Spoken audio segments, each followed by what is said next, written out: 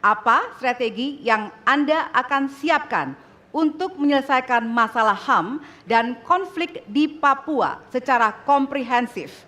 Debat pertama calon presiden pada Pilpres 2024 telah dilangsungkan pada Selasa 12 Desember 2023 malam. Pada debat pertama terdapat beberapa subtema yaitu pemerintahan, hukum, HAM, pemberantasan korupsi, penguatan demokrasi, peningkatan pelayanan publik, penanganan disinformasi dan kerukunan warga. Pada debat pertama ada topik mengenai isu konflik di Papua. Ketika Capres pun angkat bicara dan menjelaskan pandangannya terhadap konflik di Papua.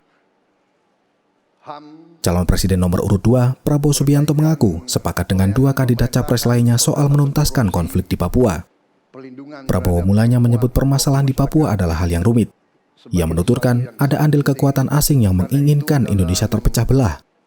Atas dasar itu, kata Prabowo, masalah hak asasi manusia di Papua menjadi sesuatu yang harus mendapatkan perhatian khusus. Semua rakyat Papua harus dilindungi dari KKB atau kelompok separatisme.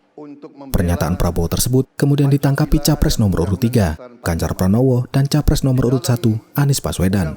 Untuk itu memang masalah hak asasi manusia itu menjadi sesuatu yang harus kita utamakan, dan diantaranya juga kita harus lindungi seluruh rakyat Papua, karena di situ kelompok teroris sekarang itu menyerang orang-orang Papua sendiri, rakyat yang tidak berdosa, perempuan, orang tua, anak kecil yang tidak bersenjata, diteror oleh kelompok teroris separatis ini.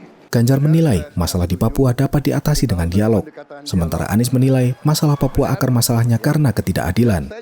Prabowo kemudian mengaku setuju dengan dua gagasan itu. Prabowo meyakini bahwa persoalan di Papua tak semudah yang dikira Anies.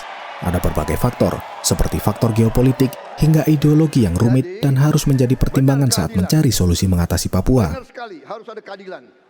Prabowo mengatakan, saya pertaruhkan nyawa saya untuk demokrasi, hukum, dan HAM. Saat memaparkan visi dan misi, Prabowo Subianto menyinggung perjuangannya saat masih aktif menjadi prajurit Tentara Nasional Indonesia atau TNI.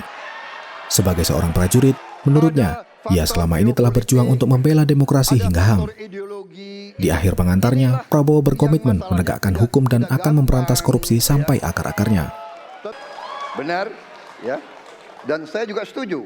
Harus tunggu dulu, aku mau jawab.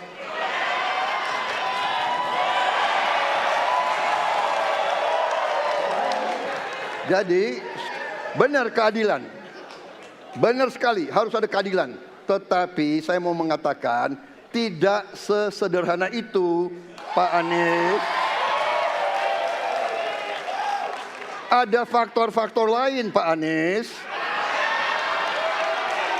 Ada faktor geopolitik, ada faktor ideologi. Inilah yang masalahnya tidak gampang, ya. Tetapi saya pendapat kita harus tegakkan keadilan. Kita harus dialog. Ini masalah bangsa. Ini harus kita, semua kekuatan harus kita rangkul. Baik, waktu habis, Bapak. Waktu habis, Bapak. Terima kasih. Hadirin harap tenang.